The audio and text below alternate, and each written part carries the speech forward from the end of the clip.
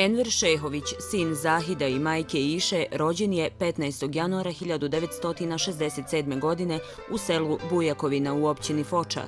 Imao je brata Edhema i sestru Zehru. Nakon osnovne škole upisuje srednju vojnu školu u Sarajevu, a potom završava i Vojnu akademiju u Beogradu.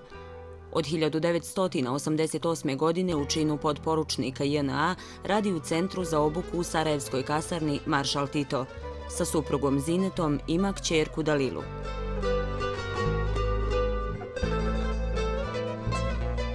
Enver Šehović prepoznatljiva je nit nastanka i razvoja 13. Novosarajevske brigade, kasnije prve motorizovane brigade. Poginuo je u odbrani Brda Žuč 27. jula 1993. godine.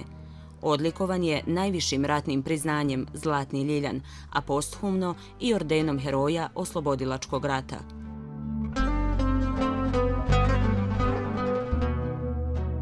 Njegov tog školovanja, to je čovjek bio koji nikada ne uči.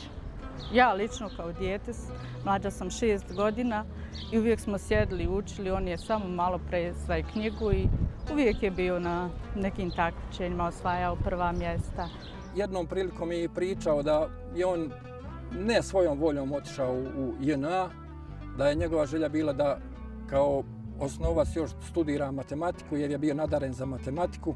Kad je završio akademiju, kad su završeni, čovjek je znao da se veseli jednostavno. Posle završetka svoje škole, kad je da proslavi, on je jednostavno platio 2 taksija za kuću. Jedan taksi vozi njega, drugi taksi vozi šapku, od Vojne akademije. Tako da jednostavno je išao visoko, samo nebo mu je bilo granica. Nije bio čovjek šablona, nije bio čovjek da mu se unaprijed nešto propiše. On je volio u sve da unese i svoju kreativnost i da unese svoje sposobnosti. Kada sam došao u Sarajevo u prekomandu u školski centar Maršal Tito, tada je i rahmetli Enver Šehović dobio mjesto službovanja u toj kasarni, baš, da se tako izrazim, kod mene, s obzirom da sam ja bio načelnik štaba u srednjoj vojnoj školi, načelnik klase u stvari, i Enver Šehović dobio dužnost da u toj klasi, znači isto tako radi na edukaciji pitomaca. Sarajevo je bilo jedna sredina ljudska, jedna fina multietnička sredina gdje je bilo izuzetno lijepo živjeti. I meni prosto nije jasno da se nešto tako moglo desiti Sarajevu. I kad je bila protesti pred Skupštinom naroda, kad je bilo 100.000 ljudi pred Skupštinom i kad su, znamo to, 5. i 6. kad su pucali snajperisti Karadžićevi po ljudima, on je postrojio tu svoju muzičku četu i krenuo i htio da ide sa onim svim instrumentima da svira i da se pridruži narode. Međutim, ovi mu nisu dali, tamo je bila jedna komanda koja ipak malo imala drugčije planove i rezone.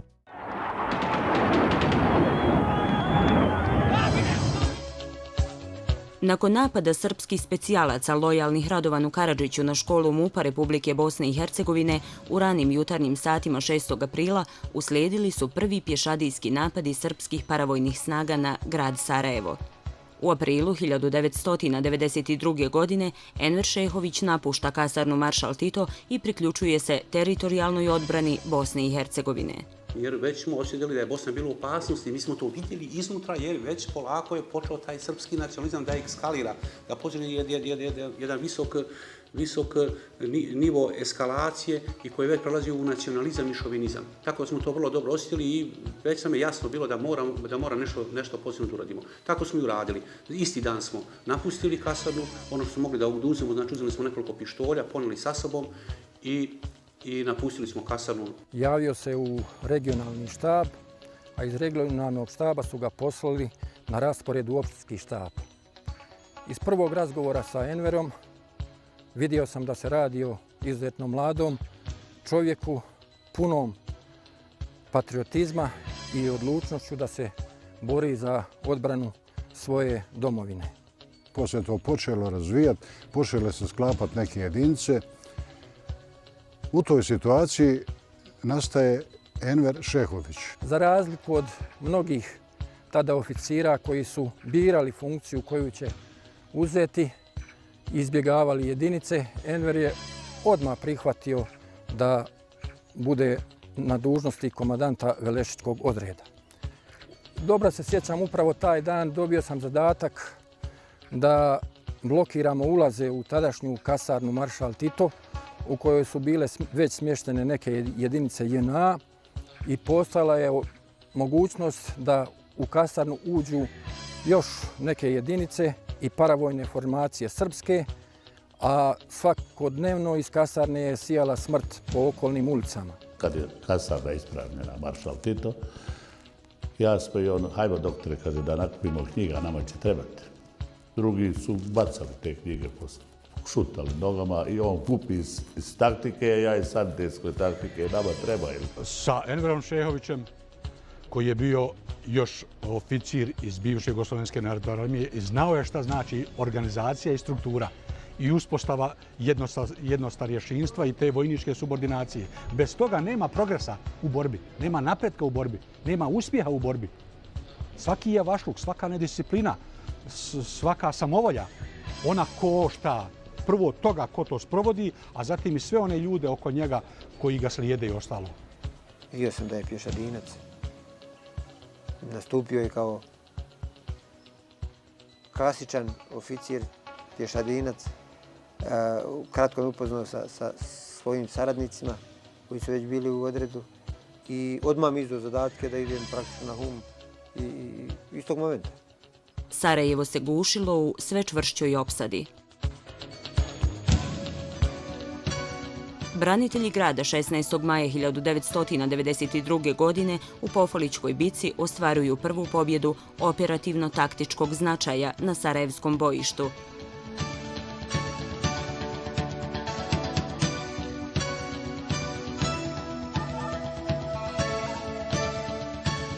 Početkom juna 1992. godine u prvoj operaciji deblokade grada Ljeto 92 snage opštinskih štabova Novo Sarajevo i Vogošća 8. juna 1992. oslobađaju i kotu Orlić, najdominantniju kotu na platovu Žuč.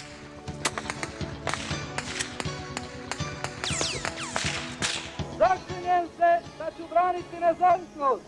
Zaklinjem se da ću braniti nezavisnost. Suverenitet i cjelovitost Republike Bosne i Hercegovine. Suverenitet i cjelovitost Republike Bosne i Hercegovine. Da ću savjesno i disciplinovano izvršavati sve obaveze i dužnosti. Da ću savjesno i disciplinovano izvršavati sve obaveze i dužnosti. Pripadnika Armije Republike Bosne i Hercegovine. Pripadnika Armije Republike Bosne i Hercegovine. Gospodo oficiri vojnici, pozdrav domovini! Pozdrav! Ja za Žuč prije rata nikad nisam čuo. Nikada.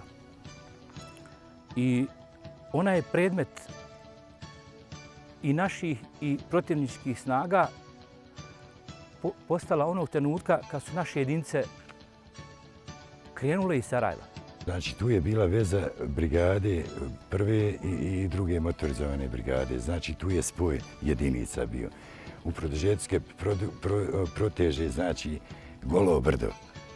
Znači, Golo brdo, kota 830 tamo iza onoga stuba koji se ne vidi, pa ide plato Žuči ovaj dio i ovaj ovamo.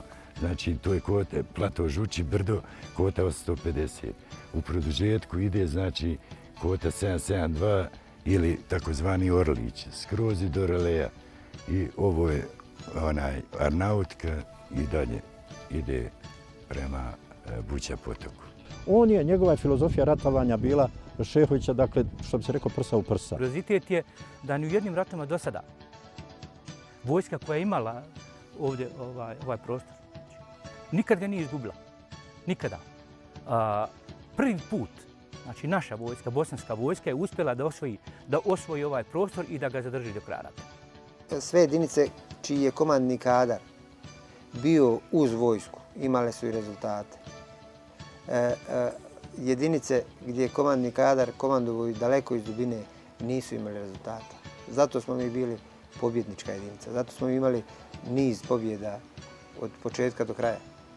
Ma može komandant pričat priče kakve god hoće. Ako nije s borcem, nije to bila armija ustrojena kao američka, ako ne znam, engleska ili nekad JNA. Bivša, ovo je sve bilo iz naroda. Ljudi nisu znali da rastave oružje u početku, i sastave, nego su ali učili i sve naučili. Mi ovaj rat pre svega nismo htjeli, nismo ga voljeli, nismo ga nikome nametnuli, nego čak naprotiv nametnut nam je bio i zakon prirode došao je na scenu da je samo u pitanju bila borba za opstanak. Nije to zasluga ovih ovako velikih respektabilnih rezultata niti moja, niti mojih starješina, nego između ostalog utjecalo je i to. Oko sebe sam isključivo tražio stručne, profesionalne ljude koji znaju da odrade posao do kraja onako kako to treba, jer ipak sam zagovornik toga da pilot ne može biti nikad tenkista, niti tenkista može biti pilot, a borci isključivo svojom voljom. Najjači faktor oružane borbe, moral, bio je na našoj strani i on je i sada i bez premca je. Priča o Žuči, njegovoj odbrani i oslobađanju i pored našeg truda da ispričamo, mi živi sudionici te priče, ostaće da ispričana priča do kraja. 18. septembra 1992. godine, nakon silovite artiljerijske pripreme, započeo je jedan od najgnosnijih napada srpskih snaga na platou Žuči. U nastojanju da po svaku cijenu povrate Orlić, srpske snage su ispred borbenog stroja postavili takozvani živi štit od Bošnjaka zatočenih u vogošćanskim logorima. Jer nisam bio direktan učesnik u borbama. Kako se osjeća čovjek koji mora da ubije nekoga koga drži ispred sebe, svog prijatelja, svog, može se desiti rođaka i tako dalje, kako da dijeli, ili da izgubi liniju pa da ugrozi kompletno naselje ili da uradi to što mora. U istinu bi se po prvi put susreli sa takvim izazovom, teškim izazovom gdje su vođene osudne, teške i za trenutak neizvjesne, pa moglo bi se reći skoro izgubljena borba. Ali evo, upornošću, hrabrošću i smjelošću pojedinaca uspjeli smo zaustaviti i onesposobiti neprijatelje i zaustaviti i spriječiti ga da osvoji kvotom Orlić. Tada je za ljekare, za mene kao jednog doktora, bilo vrlo teško smijetiti naše borce koji su psihički jadnici rastrojeni, kako su vidjeli kako ti ljudi, naši zarobljenici iz Vogošće ginu i tako dalje. Ne računajući onaj tank koji je došao na sami rov, jer tako mi nismo imali ništa osim onog puška mitraljeza koji su ga gađali. Dok su oni tražili negdje po gradu, neku zolju, tako dalje, tank se survo negdje za neke bukve i mi smo tako zarobili tank sa punim borbenim dejstvom. Međutim, tada je najteže bio gledanje te pogibije. Mnogi su bili izdureni psihički, trebalo je rehabilitirati. Mislim, to bio najteži trenutaka. Drugi problem otežavajući bio nedostatak municije i zato što su svježe snage ponestajali, bilo je pitanje da smo morali neki zadnji metak ostaviti za sebe kako da se uhvatili živi i hvala Bogu opstali smo. U uslovima humanitarne katastrofe za stanovnike Sarajeva komanda prvog korpusa nastavlja pokušaje deblokade grada. U okviru neuspjele operacije deblokade grada pod kodnim nazivom Koverta, borci prve mehanizovane brigade pod komandom Envera Šehovića 9. decembra osvajaju kvotu 850. Bila je to jedna od najvećih vojnih operacija prvog korpusa na Sarajevskom bojištu. 850 kota najteža je pala, teško pala, ali nam je novu snagu dala. Pofalići, Velešići, to su prava raja, zakleli se oni šehi, ići će do kraja. Cera, Salko, a i Zahir, to su prava raja. Zakleli se oni Bosni, ići će do kraja. 3. decembra oko 20 sati komandant korpusa Valjen Karavelić došao i nosi papir u ruci. A ja i Šeja smo sjedili sami u kancelariji. Dali smo šta je. Karavelić je samo dao Šeji papir. Šeja je pogledao mene i poblijedio je. Po prvi puta on se susreće i većina njegovih oficira sa takvom zapovješću, gdje se zvanično dolazi, pretpostavljena komanda uručuje zapovijest, mora se ići u napad. Po toj zapovijesti je Enver Šehović i postupio zajedno sa ostalim jedinicama, ali njegova jedinica i druga viteška Zajkina jedinica su bile ključne jedinice, nosioci te borbe. Nije bilo zadatka koji se ne može izvršiti. Za njega je svaki zadatak bio moguće izvršiti, samo u pitanju kako, na koji način. Možda reći prije nego bilo šta se dalje govori, to da mi smo bili izuzetno slabo naoružani. Za razliku od neprijatelja koji je imao sve. Ja sam bio komandant protivoklopne artiljerije, to zvuči vrlo moćno, međutim, inače, kad kažeš prva motorizovana brigada, kad bi vam ja nabrojao šta ta brigada treba da ima. Da smo imali ono sve što podrazumijeva ta brigada, ja mislim da bi za godinu dana došli do Drine. Međutim, bilo je kako je bilo. Imao sam jedan bestrzajni top, kasnije je došao ZIS, taj ZIS je veoma pomogao u svim bitkama na Žuči. I krenula je akcija Slaviše Šućura sa tenkom njegovim. Znači, čim je krenulo, borbe su se vodile, plato Žuči je pao na vrh kote, znači komandir 4. vojne policije Esnaf Nuhović, on je obuo zastavu sa Ljiljanima. Juče je bio veliki dan pobjede Armije Republike Bosne i Hercegovine. Dokaz zato je ova zastava na koti 850 na brdu Žuč, kao i oslobađanje brda Žuč. U ovoj akciji oslobađanja učestvovali su prva mehanizovana brigada i druga motorizovana, te jedinice iz Vogošće. Zamislite, odozdo idu borci koji su slabije naoružani, uzimaju Orlić, uzimaju Golo brdo, uzimaju kotu 850, uzimaju Vis. I ja kad sam prvi put došao gore i vidio te položaje kako su bili utvrđeni, to čovjek jednostavno pametan kako je moguće da slabije naoružani borci odozdo napadaju i oslobađaju, a da tako silno naoružana armija kakva je bila JNA koja je prešla kasnije u Mladiće u Srpsku armiju, ovu Republike Srpske, da izgubi te položaje. Tek sam sad postao svjestan jedne činjenice, da sam bio čovjek koji je sa svojom posadom imao čast da otpočne ples. Ne kažem slučajno čast, jer je bila čast učestvovati u ovoj bitci. Bitci koja je mnogo značila i za moral ovog grada i ove armije, jer je to prva bitka u kojoj smo mi uspjeli da osvojimo, da otmemo teritoriju od naših neprijatelja, od agresora. Prva brigada, prva u boju, za Sarajevo, za Bosnu svoju. General Mladić je naglo otputovao iz Ženeve. Drži malo kralju. Može, nije na više polako. Tako, kola. Vidite pesnik. Dobro, ajde sad. Evo se.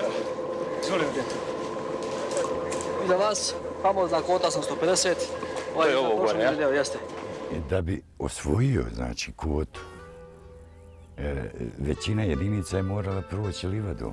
Kompletnom livadom borbena dejstva su imali i onda su ušli u Šumarak i zauzeli ovaj dio gore. Znači sve su morali livadom prijeći. Pošto smo kuburili sa motorolama, sjećamo se inače sve je bilo veoma oskudno, veoma kokuzno. Upo bitke Enver Šehović rahmetli dođe meni: Ivane, molim te, daj mi tvoju motorolu, moja je izdušila. Jer puno motorola je bilo, a nije bilo u Sarajevu struje, nije bilo gdje punit, nego svi smo punili u velepekare. I onoliko koliko te zapane, zapane. Upo bitke motorola izduši, pa smo nekad slali kurira. A onda se čuje Šehin glas koji komanduje, ajde polako, mirno, vojnički na rastojanju, idemo naprijed, iako kad počne granatiranje, onda komanduje. Dakle, on je bio jedan od nas, odnosno jedan sa nama. U čemu je tajna? Tajna je u tom početnom isključivo njegovom entuzijazmu, njegovom patriotizmu, u njegovoj borbenosti i ljubavi prema svemu tome, u borbi za odbranu Bosne i Hercegovine. Bio je prvi, da ne kažem gotovo svugdje, slijedili su ga vojnici, oficiri, borci, pripadnici njegove brigade, voljeli ga i samo je u tome žrtva te brigade na čelu s njim su u stvari rezultati koji su došli, a između ostalog jedan od najključnijih, najvažnijih, rezultata je upravo oslobađanje kvote 850 žuči. Početkom agresije Enver dugo nije vidio svoju porodicu. Bio je odvojen od porodice, od supruge i svoje kćerke koji su se nalazili u Sokolović koloniji, a isto tako dugo nije vidio ni roditelje i sestru. Uvijek je svima posvećivao pažnju. Roditelji su bili na prvom mjestu. Kasnije, kad je trebao da postane otac, svi su želili nešto dječaka. On je uvijek govorio, ja bih volio da imam djevojčicu.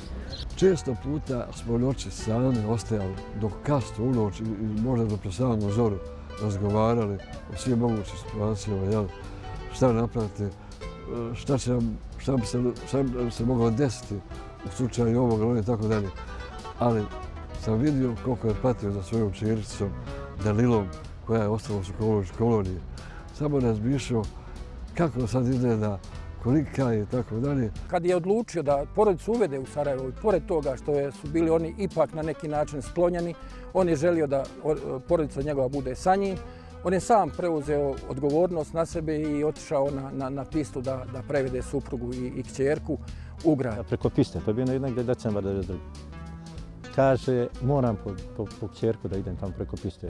Vahid Mukaravelić, zamjenik komandanta bio, ne smiješ, ja ti naređujem. Ali on dolazi brzo tu kod nas i kaže mora. Ja, Vaha, moram vidjeti svog malog Hapca. Hapca će zvati, će imala godinu dana. I on je otišao preko piste, zva pratioca i otud se javio da je Svetonce. I on je preveo malu, je krenio i supruga mi je tad prošla i zna da je pričao sutra kad smo se vidjeli. Kaže, smo zalijegali i ja njoj kažem da se ne diže glavu, i kaže ona, od jutros mi stalno govori od noćas, tata, Kažu šeha doveo ženu i kćerku Danilu i stvarno negdje oko 9 sati vidim sam Svetan drži kćerkicu u krilu.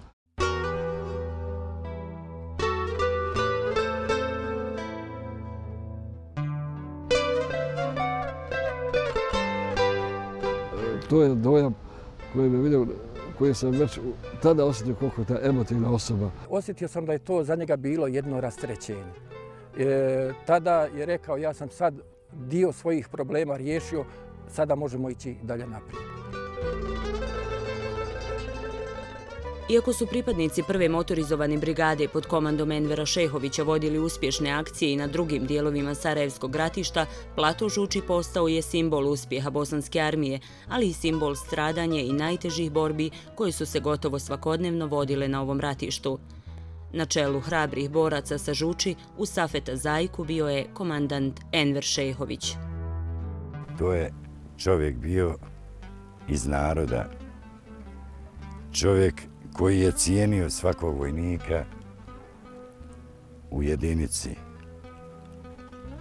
Učestvovao je u svim, znači nije samo bio komandant, on je bio i vojnik, i borac, i sve. On je cijenio profesionalizam. Sjećam se baš dole kad sam bio, kaže meni šeha Dedara Ivica Opali, ja naštimam moj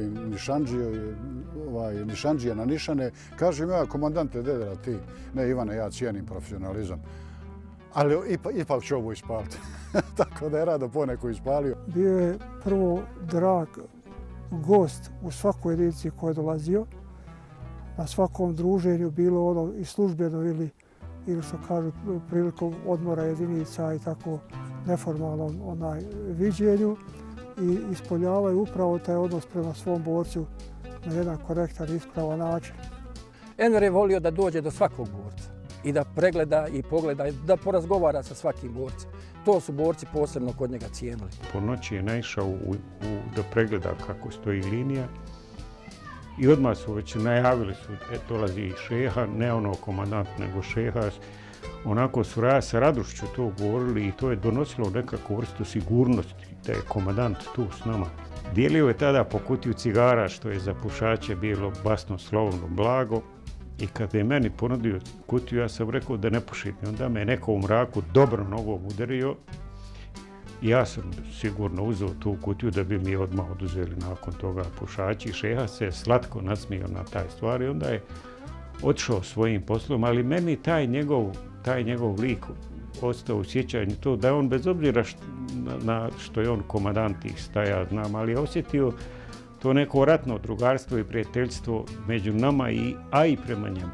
Znao je tugovati kako pogledaju ljudi, jedinica, juka, pogledaju su izgledane jedinice i tako dalje. Moram jednu stvar da kažem. Kad smo upadali na jezera, jednu stvar koja će da oslika komandanta rahmetli Envera Šehovića. Kad smo upadali u selo jezera, sve smo fino razradili, tablice gađanja, artiljerci, pješadinci, diverzanti, sve je bilo razrađeno. Šeha je rekao, molim vas, gospodo, zabranjujem bilo kakve represalije na stanovništvu. Tamo je ostalo sve srpsko stanovništvo. Jer mi nismo armija jednog naroda ili dva naroda. Mi smo armija cijele i Bosne i Hercegovine. Oni treba s nama da žive i da shvate da mi i njih čuvamo. To je njegova jedna velika ljudskost po kojoj ga izuzetno cijenim i to treba da se zna. Posebno želja koju je imao je da doživi da sa jedinicom izađe van Sarajeva i da se bori prema svojoj rodnoj Foči, ali nije to doživio. Na osnovu dogovora Boban Karadžić i odnosa međunarodnih faktora prema odbrambenom ratu u našoj zemlji, krajem juna glavni štab Vojske Republike Srpske odlučio je da je sazrelo vrijeme da se zada završni udarac snagama Armije Republike Bosne i Hercegovine. U okviru šire operacije agresora u julu započeli su napadi na položaje naših snaga na Žuči.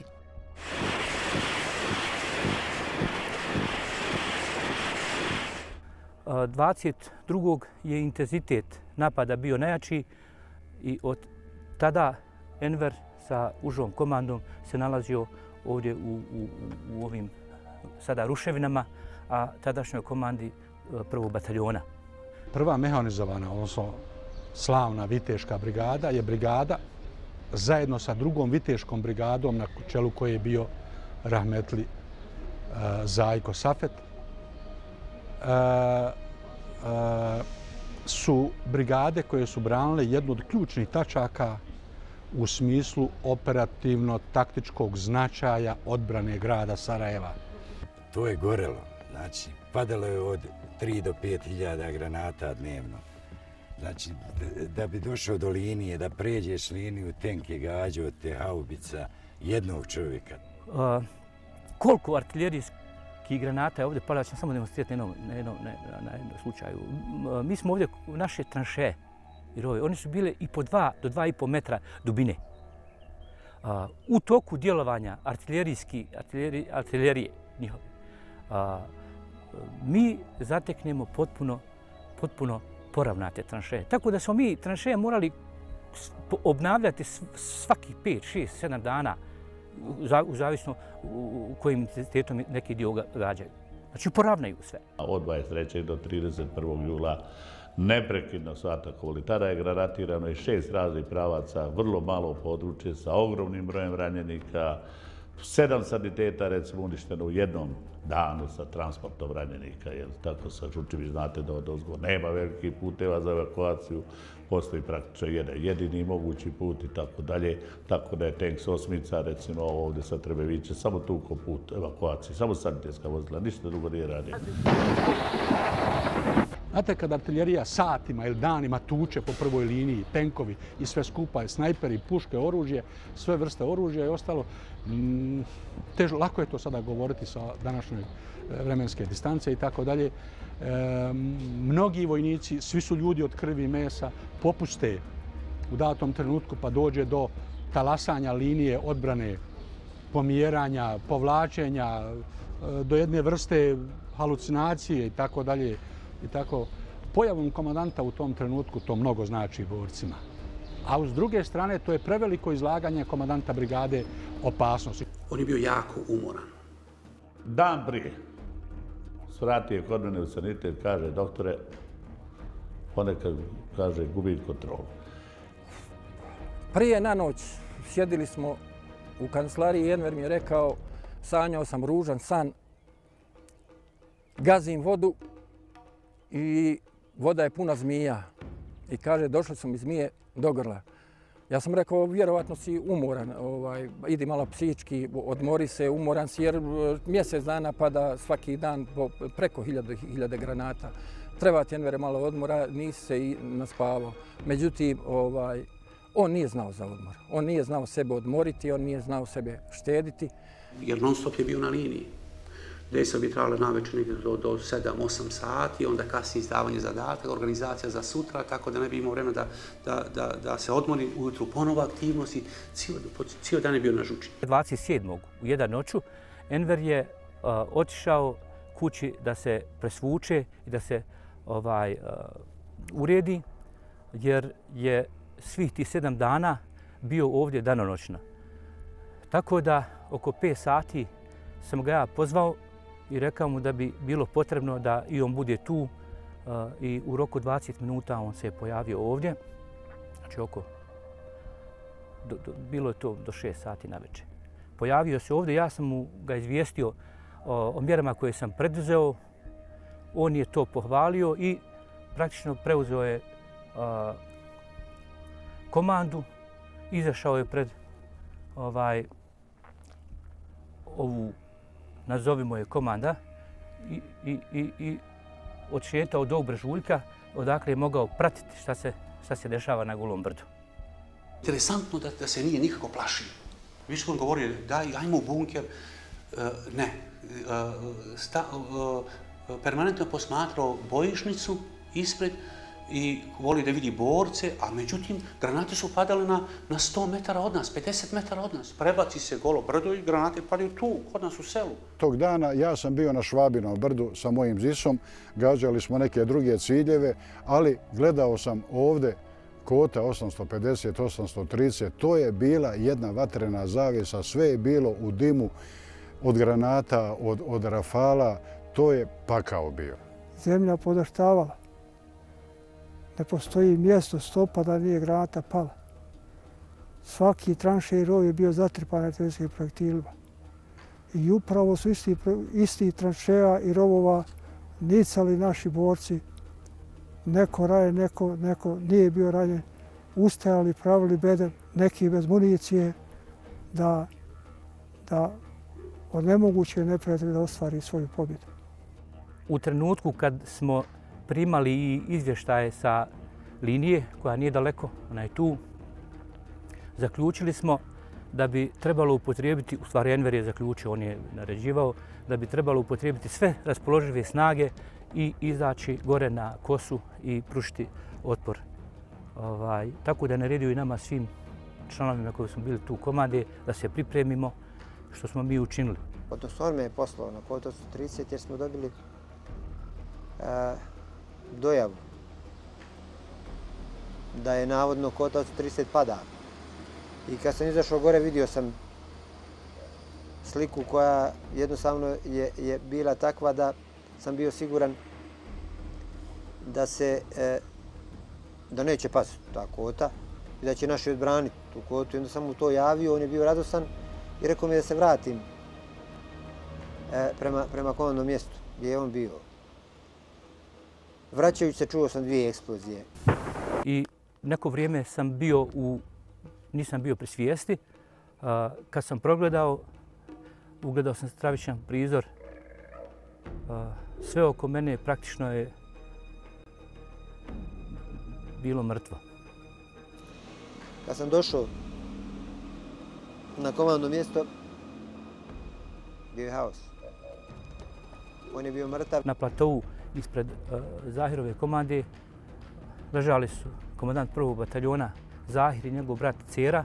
Kaže, ne mogu nikad zaboraviti tu scenu, taj prizor u kom je Zahir ležao na leđima, malo oslonjen na jedan stup, a na prsima mu je ležao brat, kao da spavaju. Bar takav sam ja dojam imao. Tu je poginuo i vozač Alije Ismeta. Zvao se Kalamuj Zlatko, on je bio naslonjen na stup, ležao je. Noga od Mirsada Bekrića je bila u cipeli, onako krvava cipela i noga.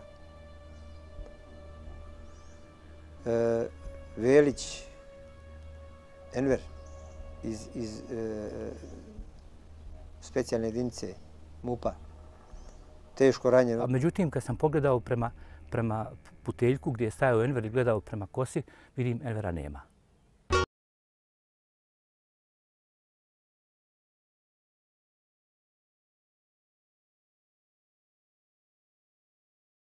kad su mi javili u bolnici šta je bilo, šta se je dešavalo, to mi je bio najteži trenutak, isto kada sam izgubio svog najbližeg kao brata, oca.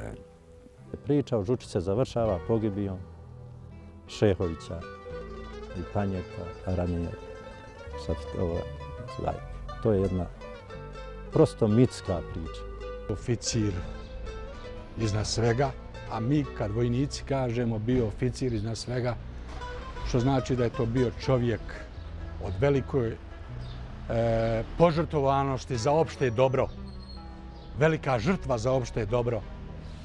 Čovjek koji je imao ljubav prema svemu oko sebe, a najmanje mislio na sebe, što mu je na kraju krajeva i bila sudbina da ono što je oslobodio da tu i pogine. Upravo na toj Žuči, neposredno, ne znam, par stotina metara ispod same te kote 850, kad je bila ponovo ugrožena da ne bi pala u ruke neprijatelja, agresora. Envera Šehovića koji je poznao, bio je to lični gubitak, svi u nas. Ja sam u tom slučaju, kad je on poginuo, bila u trudnoći 7. mjeseca. Imam sad sina, zove se isto kao i on, 18. godina Enver. I kad vidim njegovo dijete, tako. Ponosna sam jednostavno na njega, na njegovo djelo, na sve. A druga strana me jako boli kad vidim što se dešava. Kad vidim, ko da ne kažem, caruje ovim gradom, ko nije osjetio rata. I ljudi koji nama kažu jednostavno, došli ste u Sarajevo. Znači, šta hoćete, šta ste došli. Znači, nema veze koliko smo cijenu platili. Može se ponekad steći utisak prosto kao da padaju u zaborav. Ali to je valjda tako. To je valjda tako, a i ti ljudi tu borbu nisu vodili zbog nekakve afirmacije, nego da je zbog želje da ovaj grad ipak ostane slobodan. Rat treba da trasira neke događaje koji će se dešavati u miru. Ali vidimo neka posrtanja Bosne.